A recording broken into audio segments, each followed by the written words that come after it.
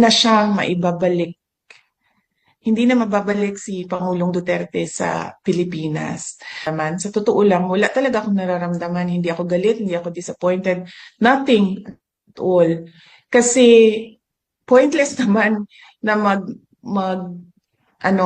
mag-harbor ako ng feelings about what happened. Hindi na siyang maibabalik.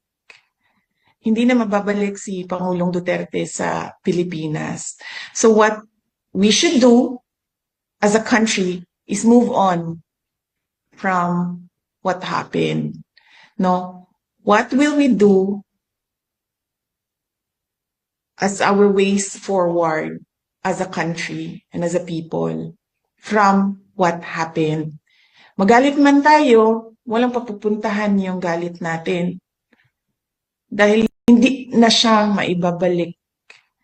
Hindi na mababalik